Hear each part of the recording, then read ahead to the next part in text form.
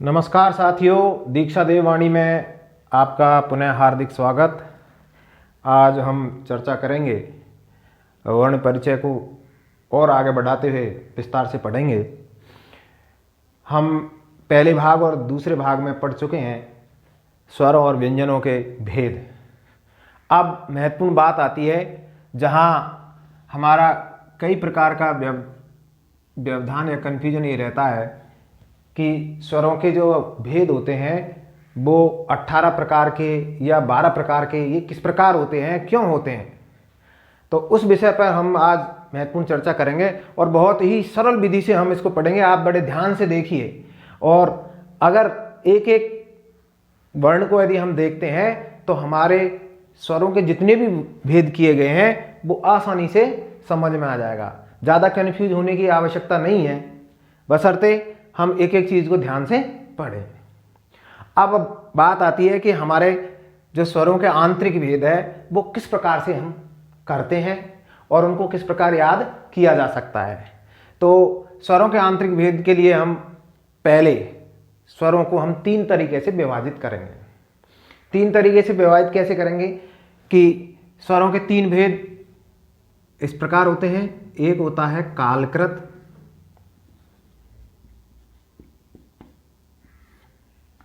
दूसरा होता है स्थानकृत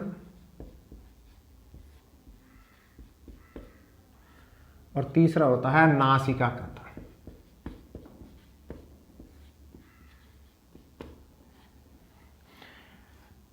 आप ध्यान देने योग्य बात यह है, क्योंकि हम जब लघु सिद्धांत कौमुदी पढ़ते हैं या व्याकरण पढ़ते हैं तो अब इन भेदों के बारे में हमें विस्तार से पढ़ना भी होता है और जानना भी होता है। अब कालकृत भेद से तात्पर्य क्या है कि जिस वर्ण के उच्चारण करने में जो समय लगता है। स्थानकृत से तात्पर्य है कि उस वर्ण का उच्चारण स्थान कहाँ है, कहाँ से है।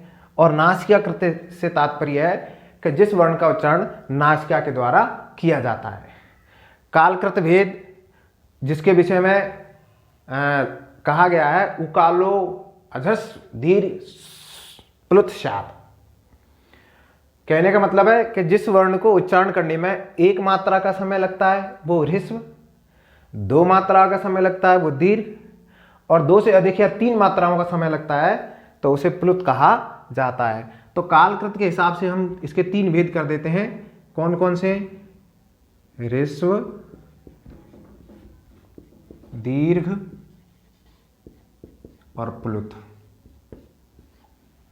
ह्रस्व का मतलब 1 मात्रिक, दीर्घ का मतलब द्विमात्रिक और प्लुत का मतलब 2 से अधिक मात्रा जिसमें लगती है या 3 मात्रिक।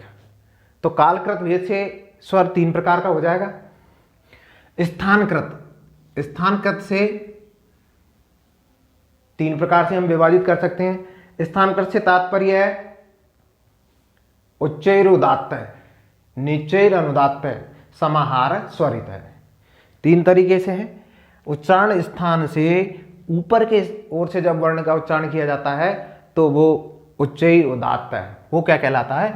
उदात्त कहा जाता है। तो पहला भेद हो जाएगा उदात्त। नीचैरनुदात्त है, नीचे से उसका उच्चारण होगा वो कहलाएगा अनुदात्त। और मध्य से ऐसे उच्चारित किया जाता है तो वो कहलाएगा स्वरित।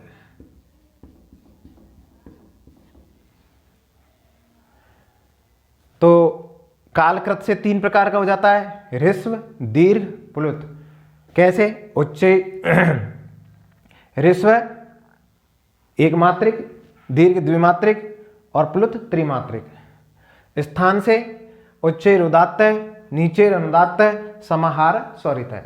3 प्रकार का ये हो जाता है। तो 3 और 3 6 इस प्रकार विभाजित कर सकते हैं। और दूसरे फिर अंतिम जो है वो है नासिकाकृत। नासिकाकृत से मतलब जिसके उच्चारण में नासिका का प्रयोग होता है और नासिका का प्रयोग नहीं होता है। तो वो 2 प्रकार से हम विभाजित करेंगे।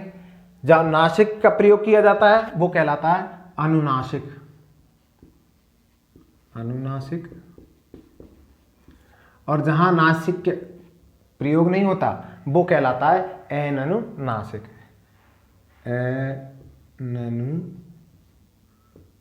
नासिक।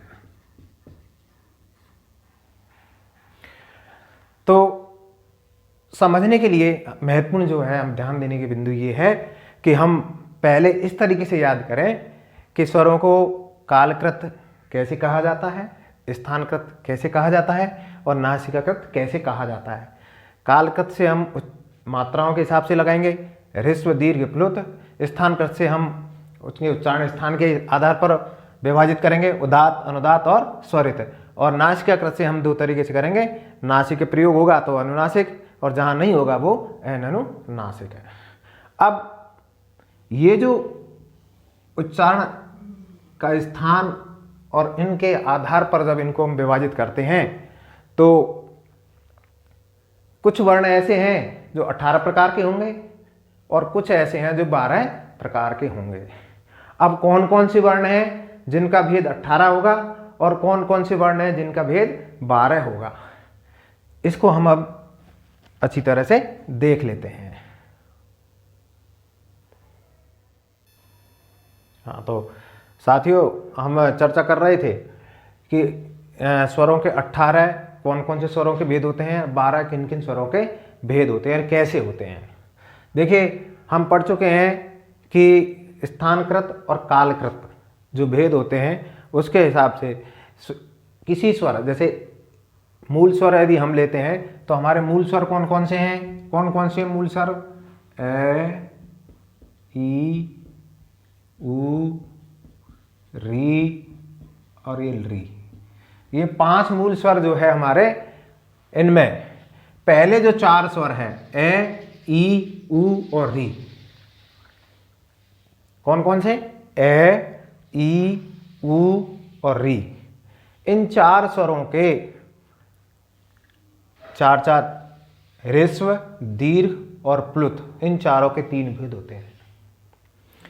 री ये वर्ण ऐसा है जो हमेशा ह्रस्व ही होता है, इसका दीर्घ नहीं होता, इसलिए इसके 2 ही भेद होंगे, ह्रस्व और प्लुत। अब एक ए वर्ण से हम इनके भेदों को अच्छी तरह से समझेंगे। केवल ए जो है वो 18 प्रकार का कैसे हो जाता है। अब देखिए हमने ए वर्ण लिया, अब ए को ह्रस्व, एक मात्रिक, दीर्घ आ द्विमात्रिक और प्लुत ए ये 3 मात्रिक। तो पहले तो 3 भेद हो गए हैं के, कौन कौन से, ह्रस्व, दीर्घ और प्लुत। ह्रस्व, दीर्घ और प्लुत। ह्रस्व एक मात्रिक, दीर्घ द्विमात्रिक और प्लुत 3 मात्रिक। अब ह्रस्व ए के 3 भेद होते हैं, वो होंगे उच्च उदात्त, निच्च अनुदात्त, समाहार स्वरित है। स्थानकृत भेद हम इसके करते हैं। ये जो हमने किए हैं 3, ये तो किए हैं कालकृत भेद हमने, कौन कौन से, ह्रस्व एक मात्रिक, दीर्घ द्विमात्रिक और प्लुत 3 मात्रिक है। अब हम करते हैं उदात्त, अनुदात्त और स्वरित है, ये होंगे हमारे स्थानकृत। ऊपर से बोला जाएगा ये कहलाएगा उदात्त ए, नीचे से अनुदात्त है और मध्य से बोला जाएगा तो ये स्वरित है। तो हमने पहले 3 भेद किए हैं इसके, ह्रस्व, दीर्घ, प्लुत। फिर एक ह्रस्व जो है उसके हम 3 भेद करेंगे, उदात्त, अनुदात्त और स्वरित। अब उदात्त जो ह्रस्व है जो कि उदात्त है उसके 2 भेद हो जाएंगे, ये नासिकाकृत भेद होंगे, कौन कौन से, अनुनासिक और अनुनासिक। फिर अनुदात्त के भी 2 भेद होंगे, अनुनासिक, अनुनासिक। और स्वरित के भी 2 भेद होंगे, अनुनासिक और अनुनासिक है। तो ये कुल भेद हो जाते हैं 1, 2, 3, 4, 5 और ये 6। आया समझ में। हम ए के 18 भेद किस प्रकार करेंगे, इस प्रकार करेंगे। पहले ए वर्ण को हम यहां रखते हैं, ए के हम पहले 3 भेद करेंगे, ह्रस्व, दीर्घ और प्लुत। अब ह्रस्व ए के कुल 6 भेद हो जाते हैं, कैसे? उदात्त, अनुदात्त, स्वरित। अब अनुनासिक, अननुनासिक, अनुनासिक, अननुनासिक, अनुनासिक, अननुनासिक, इस प्रकार इसके 6। फिर दीर्घ के भी इस प्रकार 6 भेद हो जाएंगे और प्लुत के भी इस प्रकार 6 भेद हो जाएंगे। तो कुल कितने हो जाएंगे? 6 धन 6 धन 6, ये कुल कितने? 18 भेद हो जाते हैं। कितने भेद हुए? 18। अब हमारे जो मूल ए, ई, उ और री, इन सब के कितने कितने भेद होंगे? जिस प्रकार हमने सारणी में देखा है 18, 18, 18 और 18। कहने का मतलब है इन जो मूल स्वरों में, 5 मूल स्वरों में पहले 4 जो स्वर है उनके भेद होंगे 18, 18। अब आता है लृ। लृ 12 प्रकार का होता है।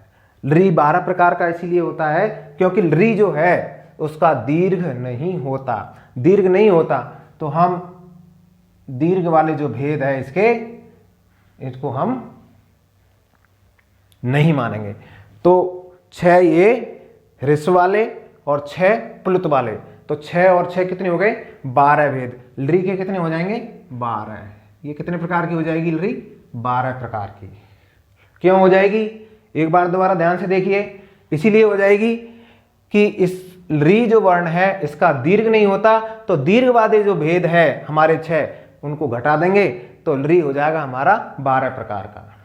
इसके बाद हमारे संयुक्त स्वर जो आते हैं, संयुक्त स्वर में कौन कौन से हैं? ए, आई, ओ और औ। इन संयुक्त स्वरों के भी कितने भेद होते हैं? 12, 12, 12, 12, 12। क्यों होते हैं? जिस प्रकार लृ का कोई दीर्घ नहीं होता उसी प्रकार इन 4 वर्णों का कोई ह्रस्व नहीं होता। तो इनका कोई ह्रस्व नहीं होगा तो दीर्घ और प्लुत के भेद के हिसाब से इनके 6 दीर्घ के और 6 प्लुत के 12 भेद हो जाएंगे। तो ये कितने कितने होंगे? ये 12, ये 12, ये 12 और ये 12। अब पुनः एक बार हम देख लेते हैं कि हमारे जो स्वर हैं, 9 मूल जो स्वर हैं हमारे ए, ई, उ, री, लृ, ए, आई, ओ, औ, इनके 12 और 18 भेद क्यों होते हैं? पहले जो 4 स्वर है इनके 3 तरीके से हम विभाजित कर देते हैं, दीर्घ, ह्रस्व, दीर्घ और प्लुत, और इनके 6 भेद हो जाते हैं। इसलिए ये हो जाते हैं 18 प्रकार के। तो ये पहले 4 18 प्रकार के होंगे। दूसरा लृ। लृ का कोई दीर्घ नहीं होता तो दीर्घ के 6 भेद हम इसमें से घटा देंगे तो 18 में से 6 गए तो बचे 12। क्यों? कि हम 6 ह्रस्व के मानेंगे और 6 प्लुत के मानेंगे। और संयुक्त जो हमारे वर्ण है ए, आई, ओ, औ, इनके भी 12 भेद होंगे क्योंकि इनका कोई ह्रस्व नहीं होता तो ह्रस्व के भेद इनमें से घटा देंगे तो इनके ए, आई, ओ और औ, इन वर्णों के दीर्घ और प्लुत, दीर्घ के 6, प्लुत के 6, इस प्रकार इनके 12 भेद होंगे। अब आप अपनी सुविधा के लिए इसका स्क्रीनशॉट ले सकते हैं, ले लीजिए।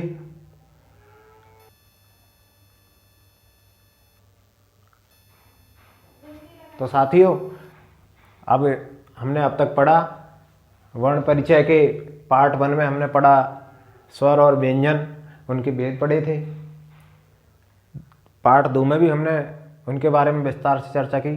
और आज हमने जो पढ़ा कि स्वरों के आंतरिक भेद जो है वो 18 प्रकार और 12 प्रकार कैसे होता है। इसमें मैं एक चीज़ जो महत्वपूर्ण है बताने वाला था कि परीक्षा में अक्सर पूछ लिया जाता है री और री इनके कितने भेद हैं, री और री इनके कितने भेद हैं पूरे। तो अब आपको समझ में आ गया होगा कि री, क्योंकि री ह्रस्व दीर्घ प्लुत तीनों प्रकार का होता है तो री के 18 भेद होंगे और री जो है उसके दीर्घ न होने के कारण इसके कितने होंगे 12। तो 12 और 18 कितने हो जाते हैं 30। कहा भी गया है री रे और त्रिंशत भेदा अर्थात री और री ये दोनों मिलकर कितने भेद हो जाते हैं इनके? 30 होते हैं। 30 क्यों होते हैं? री 18 प्रकार का और री 12 प्रकार का। तो परीक्षा में पूछें तो ध्यान रखने वाली बात है कि री और री इनके भेद अक्सर पूछे जाते हैं, तो इन दोनों के भेद कुल मिला के कितने हो जाते हैं? 30 भेद हो जाते हैं। तो साथियों, इस प्रकार ध्यानपूर्वक पढ़ते रहो और अपने ज्ञान को बढ़ाते रहो। धन्यवाद। अगले वीडियो में हम अगला टॉपिक लेकर पुनः हाजिर होंगे और फिर हम पढ़ेंगे उच्चारण स्थान और यत्नों के बारे में हम विस्तार से पढ़ेंगे। धन्यवाद।